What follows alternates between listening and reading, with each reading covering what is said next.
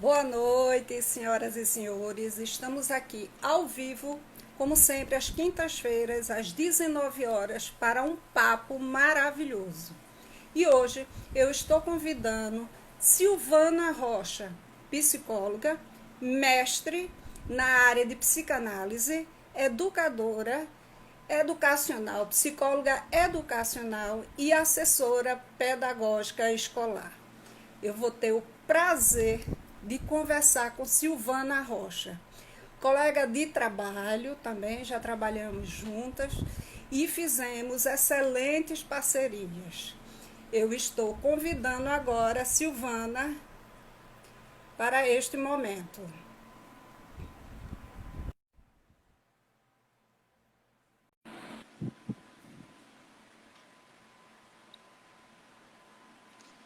Vamos aguardar. Boa Ah, noite! boa noite, querida. Tudo bem?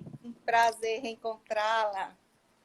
Boa noite! Eu esqueci de botar os fones. Boa Ah, noite! Foi por isso, Silvana.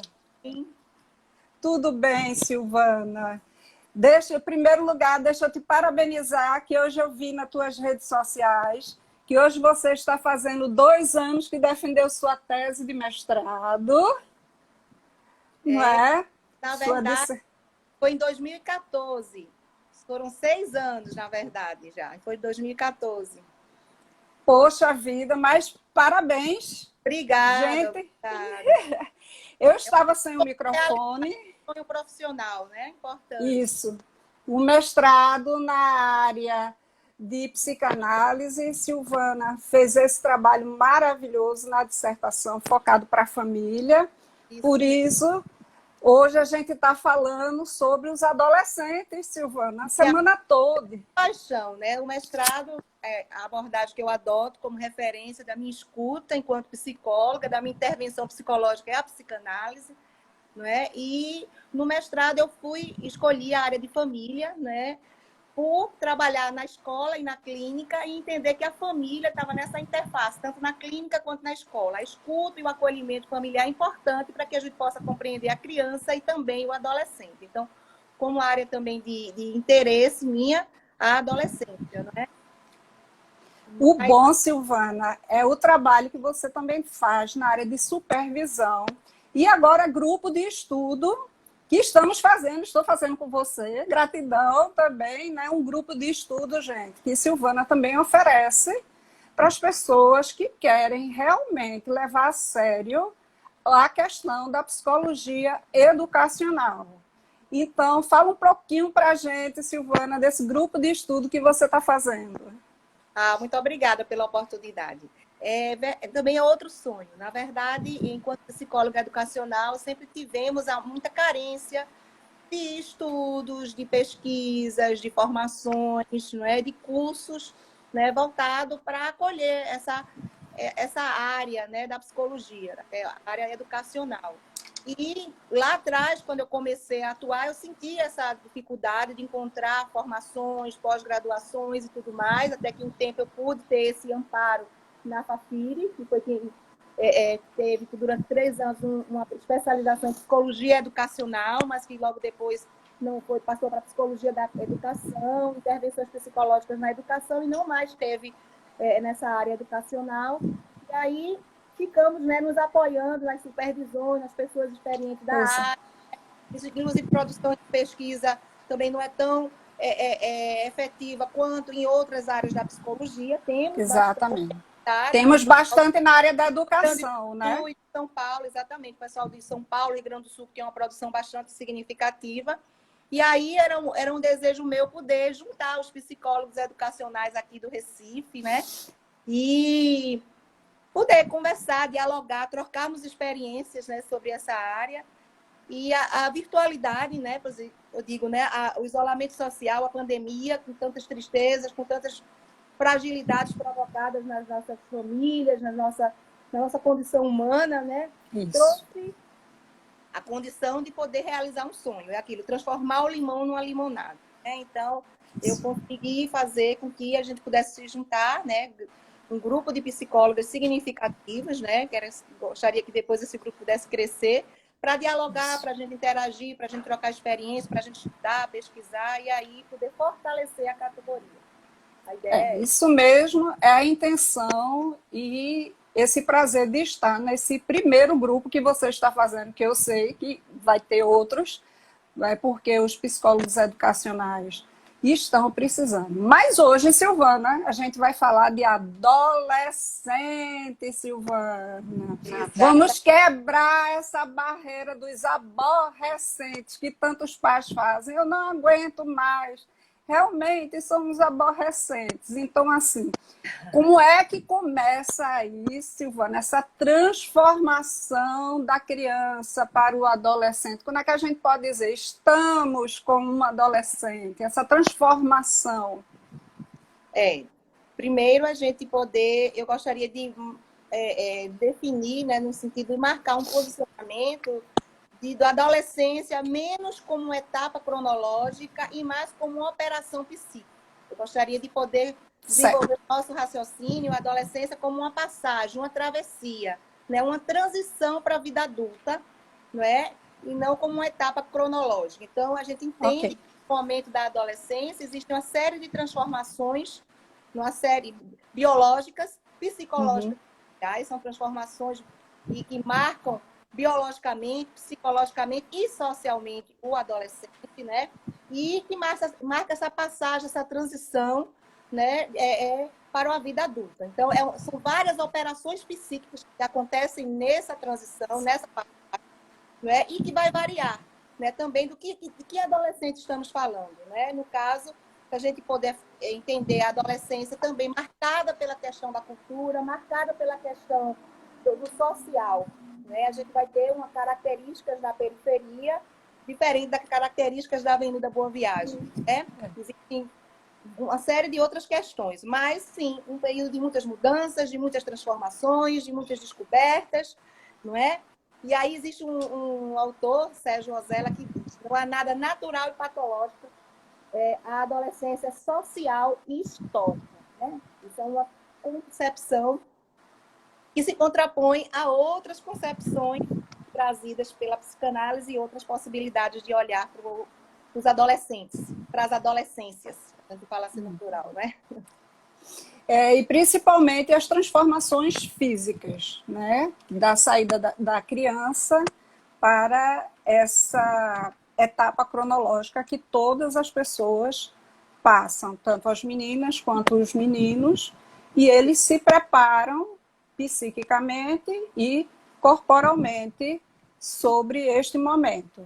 E a família, às vezes, até tem um certo cuidado, porque alguns momentos elas são crianças, outros momentos elas são adolescentes, fazem atividades adultos. Isso você pode fazer, isso você não pode fazer. Então fica naquele período ainda de transição. Certo, exatamente. É uma das características, né, esse confronto com a autoridade, né? Então a gente pode pontuar, né, que essa vivência, esse fenômeno biopsicossocial que acontece na adolescência, ele é marcado por lutos, né? Esses lutos diz respeito a luto para esse corpo da infância, existe uma transformação, então o jovem ou a criança até então começa a desenvolver os caracteres secundários, é a primeira é o desenvolvimento do seu corpo, de pelo, da voz do menino.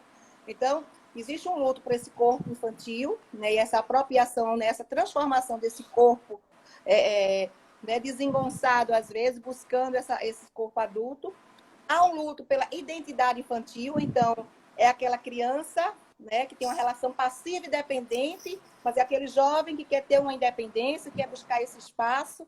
E aí, esse confronto, então, eu sou pequeno para umas coisas e grande demais para outra, ou eu sou pequeno demais para uma coisa e grande demais... Enfim, esse jogo aí do que pode, do que não pode. De responsabilidade, de atitude, de corpo e psicológico. Exatamente. Né?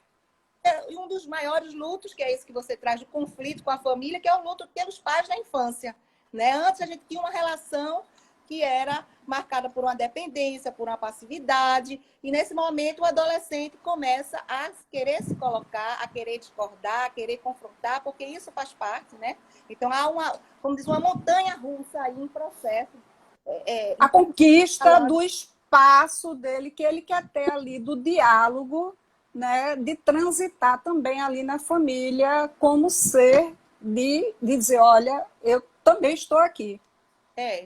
Como todo luto, né, existem, né, todo processo de perda, ele tem tristeza, ele tem dores, né, tem angústia, né? Então, por isso que às vezes, né, o humor, e também, claro, tem um respaldo neurológico, na neurociência fala disso, mas eu vou me deter mais no aspecto psicológico, né? Existe todo um sofrimento psicológico, a gente deixar ser criança e passar por esse processo, por essa travessia da adolescência. Né?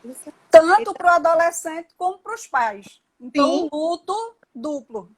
Exatamente, porque os pais até então estavam acostumados em lidar com alguém passivo, né? Que dependia dele, e aí já começa a criar os limites de não querer acompanhar os almoços, as saídas, de querer fazer outras programações. Não quero usar essa roupa, quero usar outra coisa. Né? E existe até um outro autor, que é Maurício Knobel, que fala, e a Linda Aberasturi, que falam ambos desses lutos que eu acabei de citar, e da adolescência como uma síndrome normal. Que é pensando no síndrome desse lado patológico, mas no sentido de tantas mudanças, de tantas crises, de tantos sofrimentos, de tantas dores que precisam ser vividas e elaboradas. E aí você pontuou bem, porque não é só o adolescente, a família também vive isso. Exatamente. Ela tem que desconstruir um lugar de referência. Não é? Então, existe também aquela desconstrução do pai, da mãe deusa, do pai herói. Né? Começa-se a olhar para esse pai, para essa mãe, ou quem exerce essa função materna e paterna, com imperfeições, com limites, não é? Com defeitos e com qualidades. E começa a se testar também esse amor e esse local, essa referência de autoridade. Então... E eles começam também a questão das atitudes, né? De tomar as atitudes, e parece que o mundo vai acabar. Assim, eu preciso fazer isso, se eu não for para tal lugar, mas todo mundo vai, por que eu não posso ir? Então, assim, essa pessoa, eu tenho que ficar com ela, é tudo muito definitivo. É tudo muito exacerbado. É tudo muito intenso, não é? A vivência adolescente ela é muito intensa, porque ele está vivendo isso internamente. Então, muitas vezes, ele projeta, ele faz referência a essa intensidade, essa pulsão forte interna dele. Então, ele ama ou odeia. E, às vezes, ama e odeia no mesmo dia. Passa de um polo para outro. Não é porque não tem ainda o crivo desse amadurecimento, né? Então, o processamento que está ainda acontecendo psicologicamente, neurologicamente, né? E aí, às vezes, há essas incoerências, né? Essa ambivalência. Então, se você é amigo, você tem que estar ali todo o tempo junto. Se você não é amigo, se você não faz parte daquele grupo, você está colocado, testar essa amizade. Então, há um sofrimento. Então, não há um equilíbrio. Esse equilíbrio, né? Ele é construído, ele é processual. Isso a gente vai ter na maturidade, não é? Poucos adolescentes, né, conseguem, né, dentro dessa passagem, né? Mas aí é um momento de se experimentar e viver essas dores e esses lutos tão importantes, né, e decisivos para a vida adulta, né, obviamente. O que eu acho interessante, Silvana, é que nessa sua fala, a importância que eles têm de participar de algum grupo. Eles se identificarem em algum grupo. Nós percebemos muito isso nos centros educacionais, porque eles querem se agregar a algum grupo e às vezes a gente percebe assim as características do grupo, não é? Então, assim, a importância dessa identificação para eles. É isso. Você traz aí a questão da referência a uma crise de identidade. Como eu falei, aquele luto leva a uma crise do quem sou eu. Eu não sou mais a criança, eu não sou o adulto. Então, quem sou eu nesse momento? E essa crise de identidade é vivenciada também com esse distanciamento familiar que ele precisa para marcar uma autonomia. um processo de individuação e de subjetivação. Ou seja, quem sou eu nesse momento? Então, a questão do sentimento de pertencimento é muito importante para o jovem. Ele se vê pertencente a um grupo, não é? Junto com a busca dessa autonomia, que marca também uma diferença na identidade. Então, muitas vezes, o que os pais propõem, ou quem exerce essa função materna e paterna, eu quero dizer aí, quando eu falo pai e mãe, não é só a figura biológica, muitas vezes é a referência de quem está ali cuidando, quem está no dia a dia com esse adolescente. Porque a gente tem que ter cuidado agora com referências familiares, né? De grupos de família, de identidade. Quem exerce essa função materna e quem exerce essa função paterna. Então, muitas vezes, o pedido, uma colocação, ele vai, e às vezes diz, é o não pelo não. E às vezes vem um amigo que diz a mesma coisa que o pai, ou quem exerce essa função, ou o responsável diz, né? E aí ele aceita do grupo, não aceita do pai. Mas tem a ver com esse processo de se mostrar independente, de se mostrar autônomo, de se mostrar diferente dessa família. Ele precisa se diferenciar para ele se reconhecer. Para ele se reconhecer como tal. Algumas vezes, Silvana, eu recebendo alguns pais, eles fazem assim. Às vezes eu preciso falar com um amigo dele, aí o amigo vai falar a mesma coisa que eu falei e ele faz o que o amigo... Mas quando o pai e a mãe, quer dizer, a pessoa de referência fala, ele não segue a proposta. A necessidade de marcar uma igualdade na diferença, né? Eu preciso do meu grupo de pares para eu ser igual, e aí as roupas, as marcas, os jogos, as programações são muito parecidas, né? Então liga assim, né? Vamos sair aqui hoje com que roupa?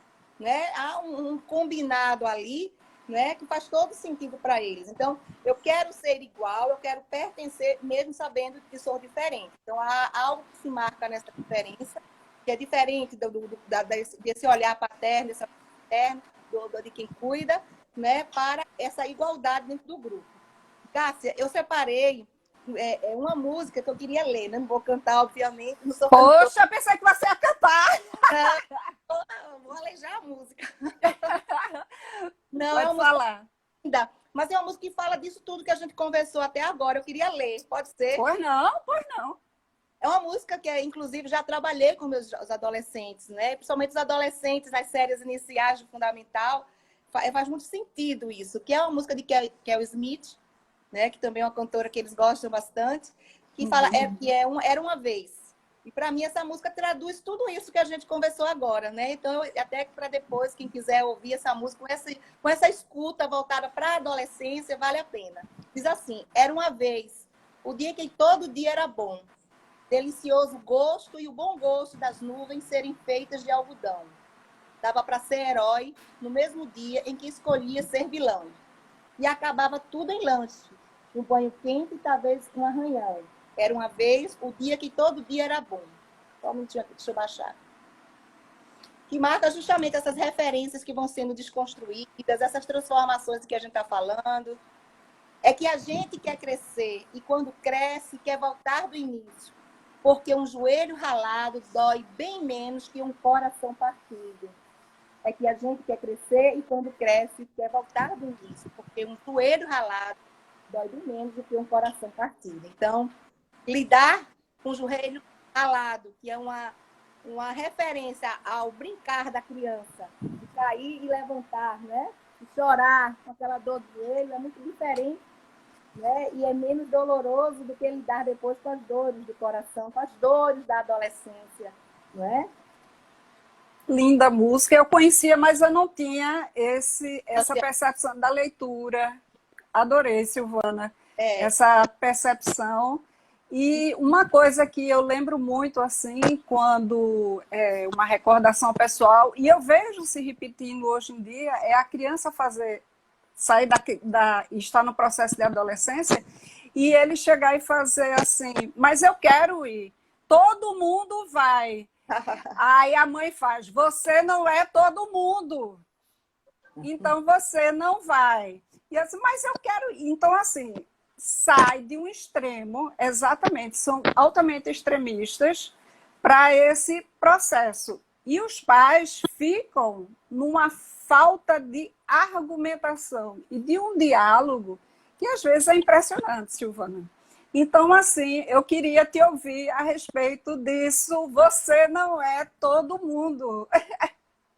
E não é mesmo, não E é? não é. Mas eu desejo de ser todo mundo. Esse desejo de ser todo mundo tem a ver esse desejo de ser grupo, de fazer parte do grupo, de ser pertencente a esse grupo, esse desejo de liberdade, esse desejo de autonomia e dependência do adolescente, não é? E é preciso mesmo que essa autoridade, essa relação de cuidado, que não é fácil pela família, seja exercida pontualmente, né? Então, assim, a gente não pode tratar o adolescente, a gente precisa ter outras estratégias que não mais aquelas da infância. Precisa realmente dar espaço ao diálogo, sim, aí você escuta, mas também há uma rotina organizada, há normas e combinados bem elaborados, né? Então, a gente pode usar o processo de negociação para marcar essa autoridade, que por mais que ele questione essa família, ele questione as autoridades que ali estão postas, sejam elas na escola ou na família, é preciso que a gente tenha clareza de quem é o adulto da escola, quem é o profissional da escola, não é? E a gente não com rigidez, mas que a gente tenha clareza dos valores educativos, morais, que queremos enquanto família, para que a gente possa ter coerência na nossa prática, mas investindo no diálogo. É importante também agregar, trazer esse jovem através de uma escuta acolhedora, né, e refletir. Exatamente. Não é necessário, até que ponto aquele sim é permitido, não é? É. A minha preocupação nesse diálogo, Silvana, é a questão do tempo. Hoje nós temos aí a questão do tempo, os pais, os de referências ou não, estão muito fora do contexto e assim, de sentar, almoçar junto, jantar, fazer, e alguns momentos não é possível, não estão em casa, são direcionados pelas novas tecnologias, que a gente vai falar daqui a pouco sobre os jovens com as suas tecnologias. E esse adolescente, ele também não tem muita paciência de explicar que ele está passando por um processo. Ele chega de viagem e a mãe pergunta. Eu até converso com algumas pessoas. Como é que foi a viagem? Passou um mês fora. Joia. Mas, meu filho, me conte como é que foi. Os detalhes, né? Me conte como foi. Ótimo, mãe. A viagem foi ótima. Então, assim, se resumiu a duas palavras. Joia e ótimo. Joia eles nem usam mais. Quem usa é a gente que usa. Foi ótimo, foi bacana. E a gente só vai saber de algumas coisas quando a gente realmente está relaxado e naquele momento vai se soltando e o adolescente vai trazendo coisas para a gente ou no estado de tensão, perigo que ele necessita. Aí ele chega chorando para o colo do pai e mãe ou de referência para poder fazer esse acolhimento.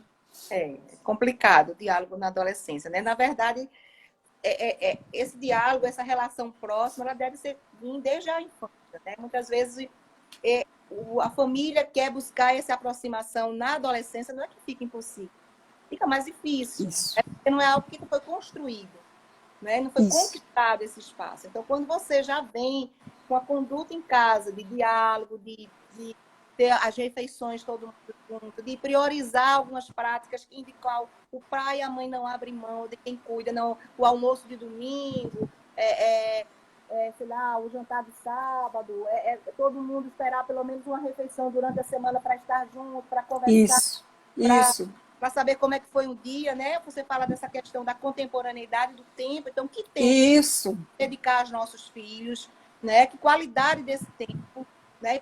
É importante a gente cuidar da família, cuidar desses jovens, dando a ele esse tempo de escuta, essa paciência, esse respeito a esse momento, de compreender e ao saber que ele está vivendo transformações biológicas, psicológicas, sociais, que tipo de escuta, como é que está a minha paciência, como é que está meu diálogo, né? Então, assim, existem questões na própria dinâmica familiar que podem fazer com que esse momento seja mais brando ou que sejam mais os conflitos, né, de gerações, os conflitos com essa autoridade sejam mais fortes, né? Sabendo que os conflitos eles existirão de todo jeito. Né? Criança, adolescente, adulto, a gente tem que saber dialogar. E você sabe, né, Cássia, a nossa referência, quando a gente pensa na nossa referência lá atrás, é sempre uma referência juvenil. Você já parou para pensar nisso? Exatamente, Quando você exatamente. pensa em referência, você vai ser referência da adolescência.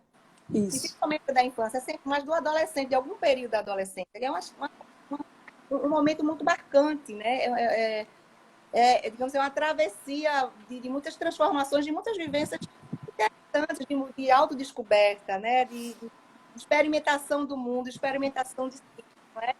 Então, Conversando sempre com as pessoas, a gente sempre lembra do ensino médio. A sim. maioria do pessoal, das pessoas que a gente convive, a gente lembra das questões do ensino médio, né? E muitas dessas pessoas do ensino médio continuam nas nossas vivências.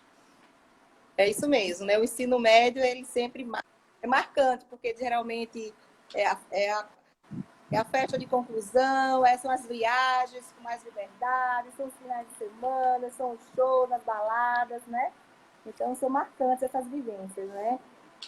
Mas é importante a gente ter essa escuta, é importante a gente ter esse tempo, né? O adolescente tem um perfil de onipotência, né? Então, é aquilo que você trouxe, né? Eu posso tudo, eu não posso, todo mundo pode, então eu posso também, né? Então, Exatamente. existe um desejo de liberdade, né? Mas essa liberdade deve ser conquistada, a família tem que estar consciente do que pode e que não pode, né? E ele, através do diálogo dos pais, trabalhar essa consciência do autoconhecimento do que ele dizer, epa, isso aqui não é para mim. Né? E os pais podem ajudar isso também. Podem e devem, né? E devem.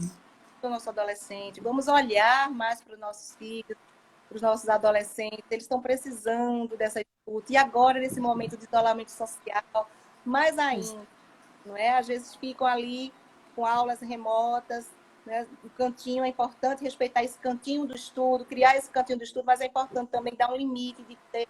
E quando for o momento do lazer, não ser via internet, né? As pessoas que ali estão, vamos fazer outras coisas, vamos ter jogos de tabuleiro, vamos ouvir uma música, vamos conversar, vamos jogar um baralho, um dominó, não é? Fazer outras coisas, né? Porque isso é um desgaste Aí você entrou na polêmica do século, que é tecnologias, os adolescentes e suas tecnologias. E aí, Silvana, o que é que a gente faz com tantos jogos, com tanto aplicativo, com tantas redes sociais? Isso está tomando uma ocupação deles, que é uma coisa intensiva. Onde é que está o salutar? Quando não é salutar? O que é que a gente pode fazer como referência para poder orientar esses pais ou o próprio adolescente? O contexto que estamos vivendo, né, nos colocou, né, a tecnologia, ou melhor dizendo, o computador, né, a internet, como um único caminho atualmente de trabalho, de estudo, de relacionamento e de diversão. Então, assim, está posto, é algo que não volta, né? Eu acho que a questão é a gente poder organizar melhor esse tempo, organizar essa rotina, como eu acabei de dizer. Então, assim, os jogos é uma forma de lazer do adolescente. Agora, precisa, dependendo da faixa etária, acompanhar quanto tempo de jogo, que tipo de jogo, não é? Se a gente fala de um adolescente de 13 anos, é diferente da gente falar de um adolescente de 17, por exemplo. Né? Há uma diferença de maturidade, há uma diferença de condição, de posicionamento diante de algumas escolhas. Então, a gente precisa dessa supervisão de quem está ali junto daquele adolescente, quanto ao tempo, quanto ao tipo, quanto à qualidade desses jogos, não é? E oferecer outras opções, como eu falei, do diálogo, dos jogos de mesa, do dominó, do jogo de baralho, dos jogos de tabuleiro. E agora a gente já está podendo ir caminhar na praia, a gente já está podendo ir caminhar no parque, não é isso? Com os devidos cuidados. Então, que a gente possa oferecer à nossa juventude outras opções e organizar essa rotina conversando, dialogando, negociando. A negociação é sempre um bom caminho. Então, assim, o uso da tecnologia eu acho que é inevitável. Né? Agora, mais ainda, a gente viu e até deu, graças a Deus, existia a tecnologia. Pois é. Nesse momento. Né? A gente não mas a questão é do tempo, de como a gente está usando essa tecnologia, de como a gente está organizando a nossa rotina, como a gente está fazendo a gestão do nosso tempo diante dos pontos positivos que ela tem a nos oferecer, mas que, se a gente não tem esse limite, não tem essa organização, pode também causar desgastes neurológicos e outras questões que também a gente sabe que acontecem, infelizmente, pela internet. Não é? Uma das minhas... pedofilia, etc. Né? Isso, que a gente tem que ter muito cuidado. Uma das coisas que eu fico observando, Silvana, é, por exemplo, nós, agora não que estamos em isolamento, saímos para algum lugar com a família e eu saio recolhendo os celulares dos adolescentes e das crianças, bota tudo na cestinha. E eu olho para outras mesas e as pessoas não estão conversando, não estão trocando ideia, não estão dialogando. É tudo assim. Eu acho que deveria pedir a pizza em casa, ou seja lá o que for, e ficar todo mundo no WhatsApp, né? E conversando. E a gente contra-argumenta e faz, não é para ele ficar quietinho. Eu me lembro que isso já fazia parte do nosso mundo da educação, do filho na área social e do adolescente também. Então, muito do adolescente hoje em dia, ele está querendo ficar no lugar, mas nas redes sociais. Ou tirando selfie para colocar na sua rede social, ou fazendo alguma coisa. Mas ele não está dentro do contexto social. Eu discuti isso muito com Giovana Paula, pedagoga, na divisão das multitarefas, que ela já começou desde cedo, com o filho dela de 1 ano, 2 anos, ela tem idades de 5 anos e outro com 16 anos, nessa divisão de multitarefas. E eu atendo pessoas que não teve essa divisão de multitarefas e a dificuldade de hoje de lidar com essa atividade. É a tecnologia, divisão de tarefas e o espaço. Não tem esse espaço. Você falou, né? A família também, muitas vezes, como é que estão as nossas referências? Como é que Isso. a gente, enquanto adulto da história, como é que a gente está lidando com o nosso tempo? Né? Como é que a gente está lidando com essa tecnologia? Como é que a gente está lidando com os nossos momentos familiares? É importante a gente ver. A gente sabe que os padrões de comportamento da contemporaneidade trouxeram uma série de questões, né? Que a família precisa sair, todos da família precisam sair para buscar. Hoje nem tanto, sair tanto, mas todos precisam trabalhar, todos precisam... É verdade. Mas é importante que a gente entenda em que momento a gente curte a família, que momento a gente se dedica para a família, né? Aí aquela velha questão dessa qualidade desse tempo, né? Desse momento familiar, desse olhar para esse adolescente, de conversar, de saber quem são as companhias do seu filho, o que é que ele está vendo, o que é que ele gosta. Eu já vi casos onde a gente vai atender o pai ou a mãe, e o pai e a mãe não sabem qual é a comida preferida do seu filho, não sabe qual é o time, o que é que ele gosta, qual é o grupo que ele curte. Então, assim, o que é que estamos Quem são fazendo? até os amigos, quem são até as pessoas que não sabe, às vezes, que ele conhece. Porque como o adolescente tem essa coisa da onipotência, dar o limite, de querer marcar essa diferença, querer estar no grupo. E marcar o território. O pai e a mãe se aproximar é mico, né? Não quer muito essa aproximação, ele afasta. Às vezes o adulto se fica refém desse afastamento. Se afasta de fato. E não pode. Você tem direito a conhecer quem é que anda com seu filho. Precisa conhecer, sim. Isso é cuidado, isso é amor. É acolhimento. Não é só presentear, não é só dizer eu te amo. Amar é dizer não também, sabendo que aquele não é importante. Porque a frustração, a falta, é importante para a formação daquela personalidade. Ninguém sabe tudo, ninguém pode tudo, e a gente precisa, nesse mundo, aprender a viver com as contingências da vida, com nossos direitos, com nossos deveres, com as faltas.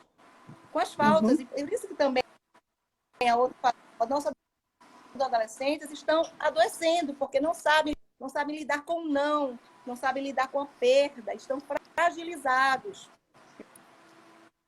Então, o primeiro não que acaba, eles querem se cortar, eles querem, enfim, se isolar do mundo, eles querem, né? Então, são várias questões sérias que estão acontecendo, porque essas relações de cuidado, né, essa organização desse tempo, dessa rotina, dessa qualidade desse investimento familiar, não está sendo dado da forma adequada. Eu compreendo. Eu não quero dar receita para ninguém, eu quero que Não, cada um a possa gente não tem nem refletir como fazer isso. como, não é? Eu digo para cada família, diante do seu valor, do que de educação quer passar, possa se rever e se reorganizar dentro da sua realidade, mas que se organize, que tenha o tempo do trabalho, ótimo, invista, tenha sucesso, ótimo investir no trabalho. Mas qual é o tempo da sua família? Importante que você tenha o tempo da sua família, que você possa investir qualitativamente, não por obrigação, mas porque aquilo ali lhe é prazeroso. Porque você precisa também ser verdadeiro. Esse investimento precisa ser prazeroso. Você precisa estar ali, são todas as noites, todo fim de semana, que seja prazeroso estar ali, que você esteja pleno naquela. Não adianta no momento de família, como você diz, o almoço, todo mundo almoça junto. Sai para almoçar junto, todo mundo está com o celular na frente. Exatamente. Não é? Exatamente. Não, é para a gente ouvir. Tua internet parou agora, Silvana. A tua internet agora retornou. Deu para ouvir? Tá, deu para ouvir, mas... Aí eu trouxe outra música, né? Que eu gosto muito de música, de todos os tipos, né? Para falar dessas crises todas, desses questionamentos todos da adolescência, que testam a autoridade, que testam a família, não é? Eu trouxe outra música também, essa aí você deve conhecer, que é aquela Comida de Titãs. Eu acho que é muito do questionamento do adolescente, que diz assim: você tem fome de quê? Você tem sede de quê? Você tem fome de quê? Fome então, de quê? Qual é a fome do adolescente, né? Você tem sede de quê? Você tem fome de quê? Então, por que o nosso adolescente tem fome e sede? Né? A gente não quer só comida, a gente quer comida, diversão e arte. A gente não quer só sair, a gente não quer só comida, a gente quer saída para qualquer parte. A gente não quer só comida, a gente quer bebida, diversão, balé. A gente não quer só comida, a gente quer a vida como a vida quer. Eu acho lindo isso, maravilhoso. Né? Isso porque traz... Eu olho para cá e vejo um adolescente gritando por liberdade, gritando por respeito, conquistando seu espaço, buscando essa autonomia, vivendo as crises sociais, familiares, né? Questionando o mundo que está posto aí. Não é? E aí, se questionando também, né? Então, assim, eu trouxe essas duas músicas hoje, né? A primeira que é o Smith, que marca essa fase inicial da adolescência, e essa que marca mais a fase, digamos, mais intensa do questionamento, do adolescente, que é mais o adolescente do ensino médio, digamos assim. Isso. E então, como é importante essa parte da qualidade de estar junto, Silvana. Só empenhando o que você está falando, eu recebi uns pais, em um determinado momento, numa escola, na questão das frustrações, e esses pais já sabiam da questão da reprovação do aluno, dos seus filhos. E um dos filhos realmente foi reprovado. Para ele não ir receber o resultado, o pai o presenteou dele ir para o exterior. Então, assim, como você presenteia um filho, os dois filhos, um passou e o outro não passou, ele já sabia que o outro ia ser. Vai ao exterior, não, mas é porque ele ficou chorando, eu não ia deixar meu filho chorando. Então, assim, que qualidade de não é esse? Que qualidade de orientação também eu estou dando este adolescente? E quando a gente questiona ao pai sobre isso, eu até li a questão da síndrome do rei. Não, meu filho não pode sofrer, eu não quero que meu filho sofra, eu não quero que meu filho passe por isso. Então, tudo que eu puder fazer pelo meu filho, eu vejo esse questionamento. Meu filho não vai passar, meu filho não vai saber. Aí, coincidentemente, no outro ano, ele foi reprovado de novo. As frustrações, insignificativo. Se eu passar, eu vou para o exterior. Se eu não passar... Onde é que está a qualidade? Onde é que está esse desejo desse adolescente, não é?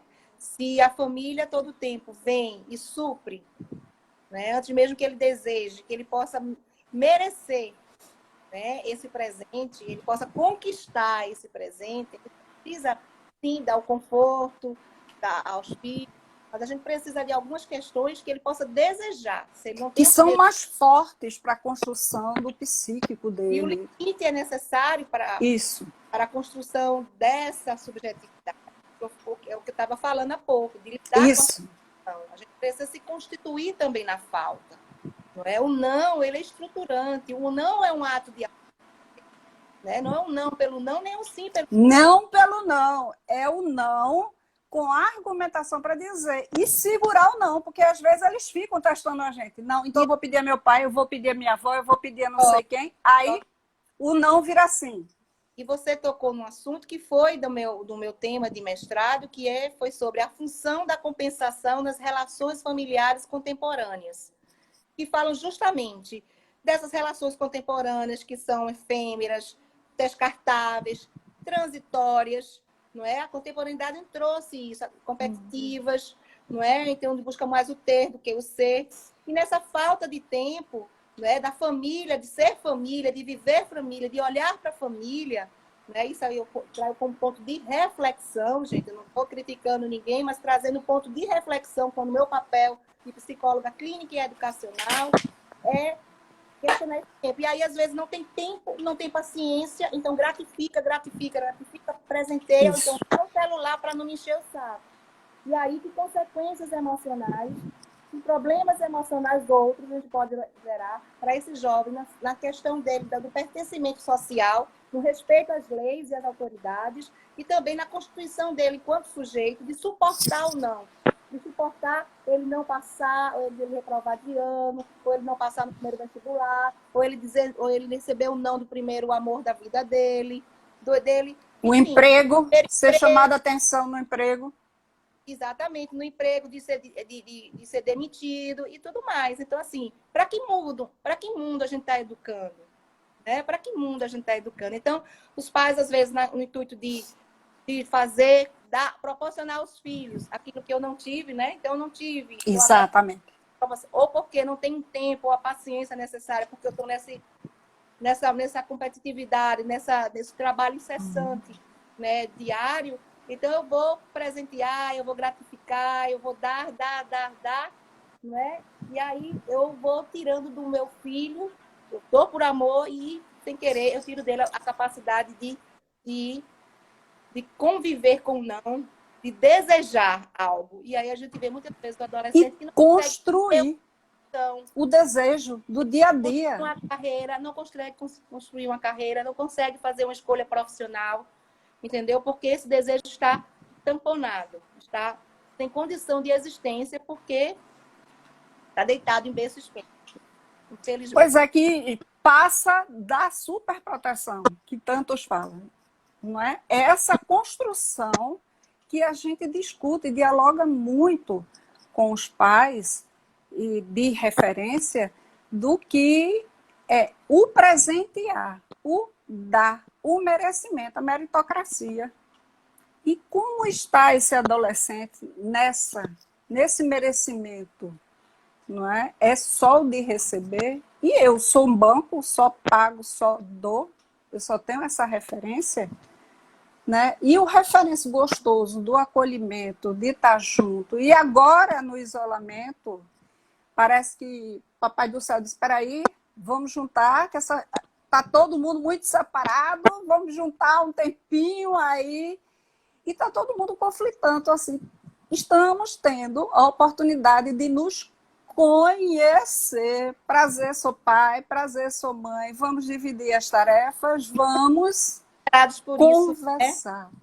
Porque até então essa educação terceirizada, né, para os avós, para os tios, para as babás, para as creches, para as escolas integrais, não é? E agora, quando todo mundo teve que conviver e se arrumar e voltar e a lembrar que somos família, né? E aí se reconhecer nesse lugar de pai, mãe, de irmão, irmã, tio, tia, né? Para uma grande família, enfim.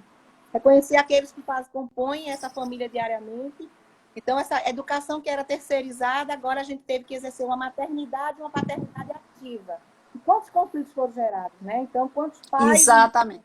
dando o seu lugar de pai e de mãe, porque até então era tudo outro, delegado ao outro, né? E aí teve que... E o adolescente com o horário todo preenchido, né? Tem dia de inglês, tem Isso. dia de ir para academia, tem dia do cursinho de português, tem dia que é horário integral. Então, você vê uma carga de atributos para o adolescente. E quando ele chega, e aí? O que é que eu faço com tudo isso para juntar agora, Silvana, e dizer: oi, família, cheguei, estou aqui, estou adolescente, papi, mami, e aí? E aí que é preciso parar e escutar, não é? E ressignificar esses papéis e esses lugares. É preciso se reconhecer. O ser humano é maravilhoso, porque todo tempo é tempo. Claro que Isso. dependendo de quando aconteça esse tempo, existem perdas, existem prejuízos, existem consequências, existem. Mas se a gente tem a disponibilidade de se cuidar, se a gente sabe que o que está nos guiando ali é o amor, é o desejo de acertar, que a gente não tenha medo de enfrentar as adversidades, de resgatar essas relações de cuidado, de olhar para o seu filho e dizer até o adolescente, cabe dizer, e também na infância, desculpa, errei, não sabia. Não tem problema Isso. pai e mãe errar e admitir que errou. Pai e Ruim é mãe erra. permanecer no erro, não é? Ruim é permanecer no erro. Então, que a gente, enquanto figuras de autoridade, como também o professor, como também o coordenador, como também a psicóloga educacional, enfim, a gente pode dizer que não sabe naquele momento, mas que a gente vai construir junto, que a gente tem uma disponibilidade de caminhar junto, que a gente tem uma disponibilidade de acolhimento. Então, eu acho assim, que a gente precisa parar e olhar para esses papéis, para essas referências, para esses valores que a gente quer enquanto família e ver se nossas práticas elas estão coerentes a esses valores. Não é? Então, que família nós queremos? Porque às vezes a gente idealiza muito, está muito idealizado e a gente não para ver daquele ideal o que é prático, o que de fato eu estou vivendo. Eu estou sendo coerente na minha prática, com os meus ideais, A sua ação. situação, porque o adolescente vai questionar o contraditório, a incoerência. Vai questionar, tá? Ele está no E papel. ele questiona na cara. E questiona. Ele questiona. Esse lugar dele, essa referência paterna, materna, de quem exerce essa função materna e paterna, ele vai questionar as incoerências, ele vai questionar esse amor, ele vai questionar esse lugar. Né? Então, por isso que o adolescente mexe tanto com tudo, porque ele mexe com quem está ali ao seu redor. E é bom quem está... Né? Eu acho que a gente precisa fazer as pazes com a nossa própria adolescência para poder lidar com o outro. Então, lembrar um pouco como fomos, como vivemos a nossa adolescência, né? Como elaboramos os nossos conflitos, as nossas angústias, as nossas dores, os nossos lutos, não é? E também ressignificar essas práticas gostosas, essas conquistas, esse desbravamento, as aventuras, né, que vivemos. Então, assim, dar as pazes, fazer as pazes com a nossa própria adolescência para conviver bem. Então, quem quer ser pai, quem quer ser mãe, quem quer ser professor, quem quer trabalhar com adolescente, precisa fazer as pazes com o seu adolescente interno. Precisa elaborar o que não está legal, para que, mediante a sua própria frustração de não ter vivido bem, né, eu escuto muito, mas eu não tive isso. É verdade. Aí fala com aquela coisa de que adolescência a gente está falando. A gente sabe que a questão social marca possibilidades e impossibilidades. Existem adolescentes que estão podendo ficar no seu quarto, ouvir sua música, pensar na sua escolha profissional com tranquilidade. E existem aqueles que estão precisando trabalhar para sobreviver. Né? Então, a gente sabe que a marca cultural, a marca social, vai falar de um tipo de adolescência que pode... mas todos eles vão viver essa passagem, vão viver essa transição com mais ou menos intensidade, com mais ou menos dor, né? Como diz, né? Com mais sede ou com mais fome. Mais fome. De quê, né? E essa fome de lazer, de diversão, de liberdade, de reconhecimento, de nova identidade que está sendo formada, né? Eu digo, que o adolescente, quando você consegue conquistá-lo, ele é o melhor parceiro que você existe, é o melhor parceiro social que você tem. Quantos trabalhos sociais, quantos trabalhos de voluntariado você pode fazer, desenvolver, tendo como parceiro fiel o adolescente. Uhum. A gente precisa dar mais, tirar a nossa do adolescente, quando for possível, né? E mesmo agora... E as ideias são fantásticas. Ressignificar a adolescência, tendo o jovem como um parceiro social. Né? A gente precisa dar vida, dar foco. Né? A gente não pode dar motivação, porque ninguém motiva ninguém, mas a gente pode estimular esse adolescente a ter outras possibilidades de vivência, de usar a sua criatividade de uma forma mais construtiva socialmente. Né? Eu tenho saudade, muitas vezes, quando eu escuto do meu jovem, que ele está empobrecido, impossibilidades de desejar, impossibilidades de conquista, de sonho. O jovem tem medo de sonhar. O que está acontecendo? Porque nossos jovens não estão sonhando. Por que não? A gente precisa de sonho. A gente não pode ficar no sonho. A gente tem que sonhar e trazer o sonho para a realidade. E transformá-lo num desejo, numa conquista. O que é que eu posso fazer? Silvana,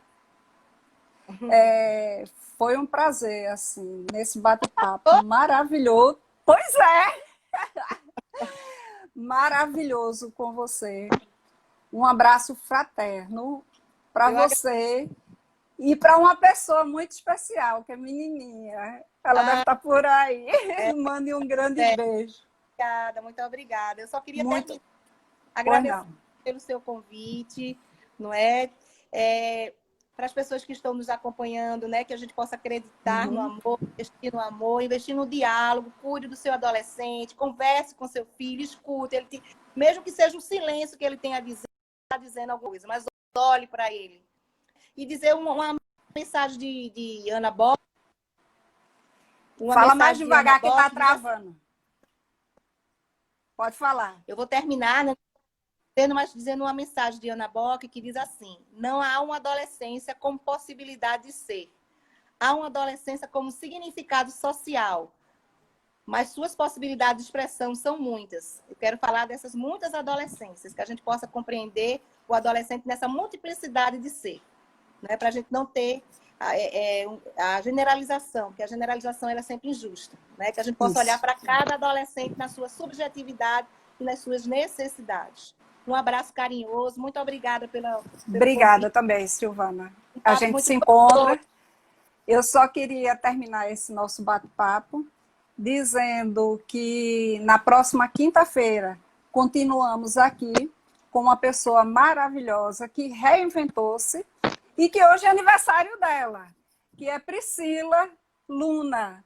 Então, parabéns, Priscila. A gente se encontra na quinta-feira. Silvana, abraço fraterno, tudo de bom. E quinta-feira a gente continua com o nosso encontro. Obrigada, Silvana. Beijo, gratidão. Gratidão.